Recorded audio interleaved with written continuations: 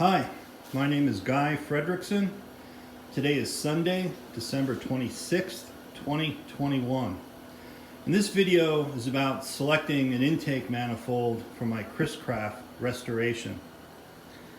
So I'm working on two boats, a 1961 Chris-Craft 17-foot ski boat and a 1957 Martinak 24-foot cabin cruiser. And both of these boats came with very similar engines. The Chris-Craft had the 283 configured in a flywheel forward manner, and the Martinak, the engine that came with the boat wasn't original to the Martinak, but it was a flagship 283 also configured in the flywheel forward manner. So the original engine on the Chris-Craft was so badly corroded on the water cooling side that I didn't think it was worth trying to restore it. So instead I'm replacing it with this new 350 engine. And then the engine out of the Martinak I had rebuilt locally. So the issue right now is selecting the intake manifold for this engine. So here are my options.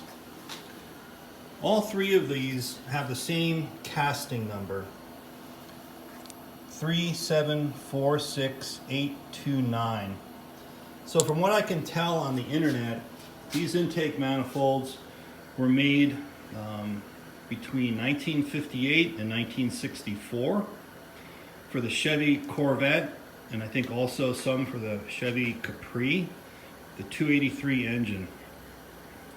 So this one is the original intake manifold on the Chris-Craft. And the reason I'm hesitant to reuse it, again, has to do with the corrosion issue. So if you look down into this water channel, there's still heavy corrosion of the cast iron. So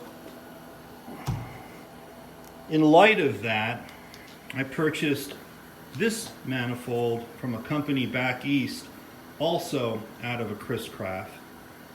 And then recently I purchased this manifold off of eBay that came out of an automobile.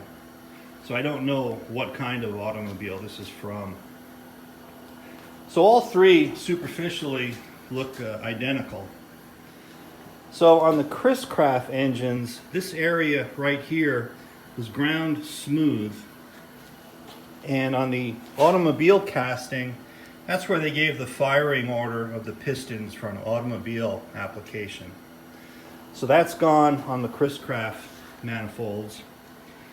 And then the original Chris-Craft manifold had these two water ports installed. So they ground this area smooth and they drilled and tapped it to an NPT thread. So these two ports lined up with these two water channels in the heads on the engine. But on the new engine, the backs of the heads have been drilled out. So these are the water discharge ports that I'll use. And this is the same thing that was on the Martinak. The water discharge ports on the Martinak engine also come off the side of the head.